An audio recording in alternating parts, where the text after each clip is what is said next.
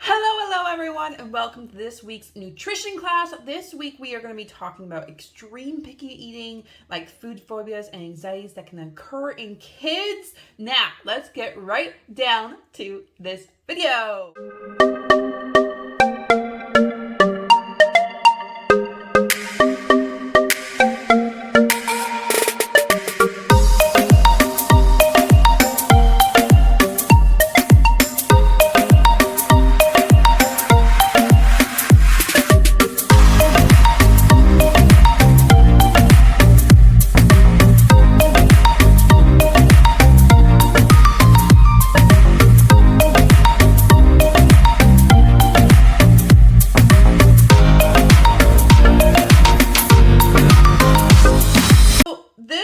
Just for, bringing awareness to the situation, not giving you medical advice, okay? Not a medical doctor. I do have a degree in child nutrition, but I am not a medical doctor. I'm bringing the awareness to this, so if you do feel like, oh, this sounds like my kid, go see your pediatrician or doctor that you take your child to, or go see a nutritionist. They can help you, okay? That's in your area or you have a specific nutritionist, go ahead, go see them, okay? Now, there are many times that picky eating can become like problematic. They refuse to even like look at a vegetable. Any of your kids just literally refuse to look at vegetables? Luckily my kids don't. They just like, oh, it's a vegetable, and they're like, okay, and they talk about it and they try it and they tell me if they like it or not. Okay, I've got been working with them with their healthy habits, trying new things, using all the examples I told you guys in the last video on picky eaters with my children, and now they are more willing to try new foods. Will they eat the whole food? No. But will they take a bite? Yes. Do we celebrate like heck? Yes. Okay. But there's some kids that just won't even look at a vegetable, okay? And if child does not start to expand their food choices once they've reached about 7 or 8 years old, okay, and if they begin to refuse to eat even more foods or foods that they have eaten before, and it's starting to cause you some concerns, they could have a food phobia. And this phobia is called Selective Eating Disorder, or SED. Like it's sometimes on the internet, like, okay. And it's also known as avoidant and restrictive food intake disorder, and that's kind of broken down ARFID. I was like, what does those words start with? Okay, so that's just kind of like what can come up. And this is really like when the child doesn't want to look at a vegetable, the foods that they liked before, all of a sudden they're not liking it anymore. But it's not like all of a sudden they're like, oh, I just don't want it. And like a week they go back to it. It's like they just will not eat it for like months and months.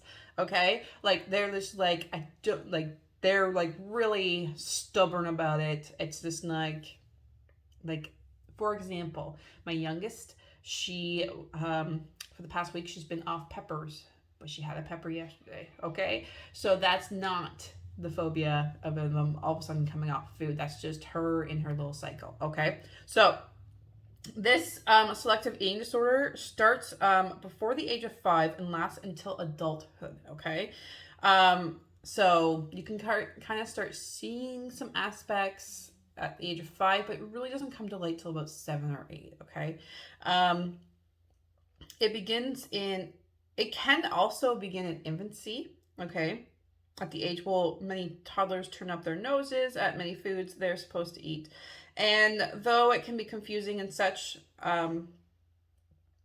like a little bit more than picky eating, because this is a little bit like, oh, do they have it, do they not have it, they generally start to restrict their food choices and intake, which in turn can lead to like a weight loss or a nutrition deficiency. The biggest nutrition deficiency that occurs when this happens is iron, and kids need the iron, right? Especially when they're very young, and toddlers, they need the iron, right?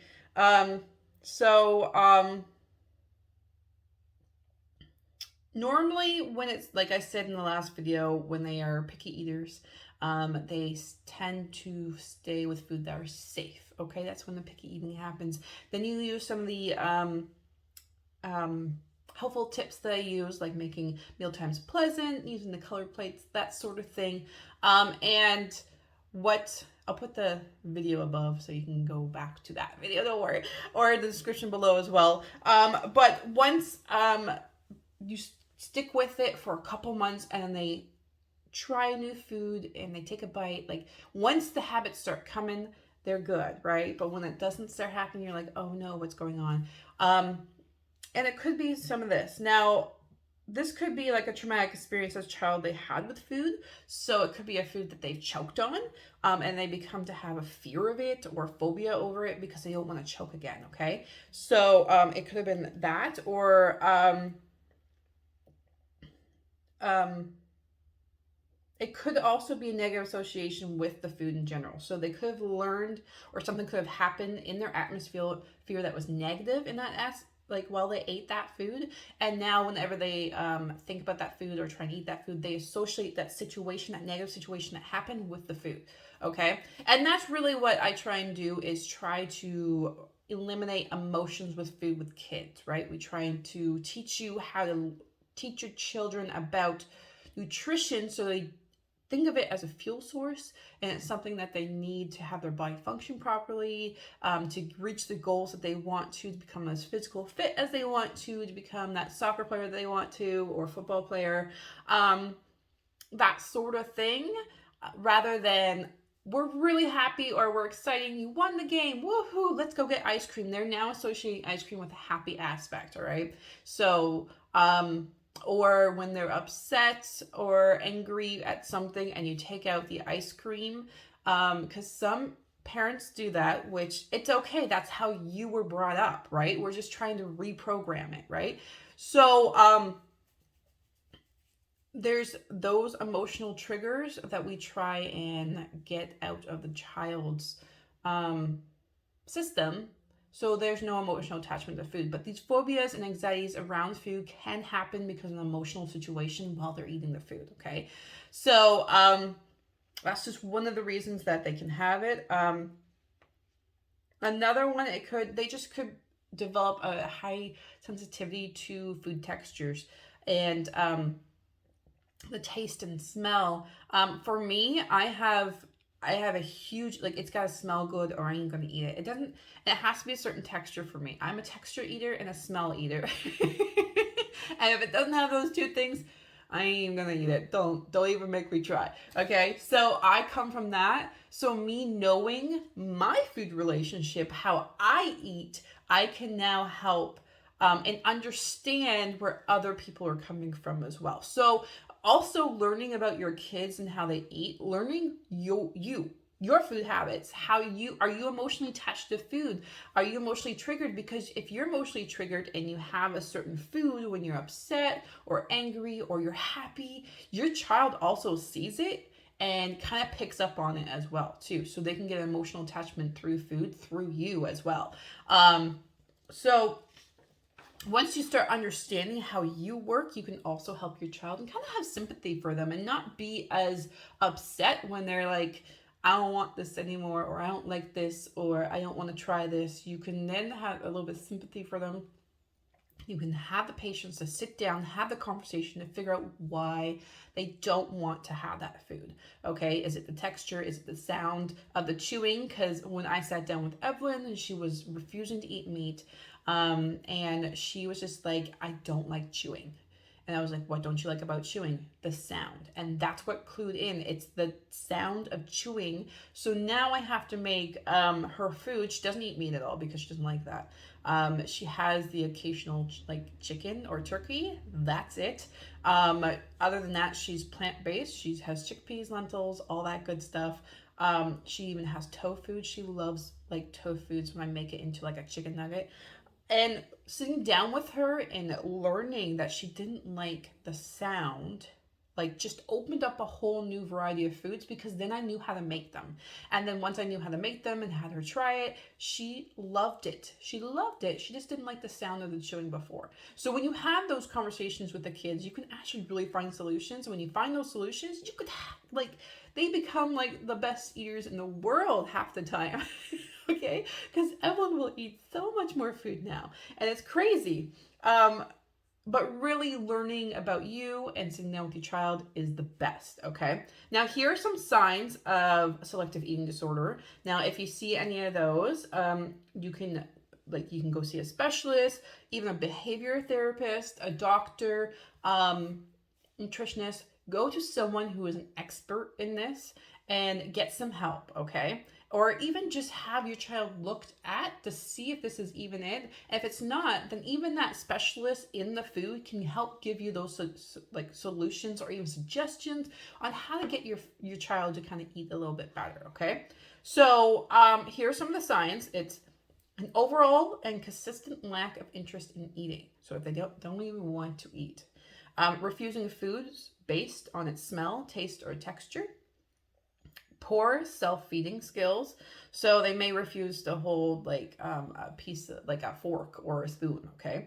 And they'd rather have it like finger food, or they rather have it in like pureed in a bottle or something like that. Like they are going back to their toddler stages of learning how to eat, if that makes sense. So poor feeding skills. Overly anxious at meal times or snacks times. So they are you can just see that they're anxious, okay? Evelyn would actually get anxious because she wouldn't know what the meals were, what the snacks were. So now we have a conversation and we go, well, what would you like? We give them options now, so she's not as anxious.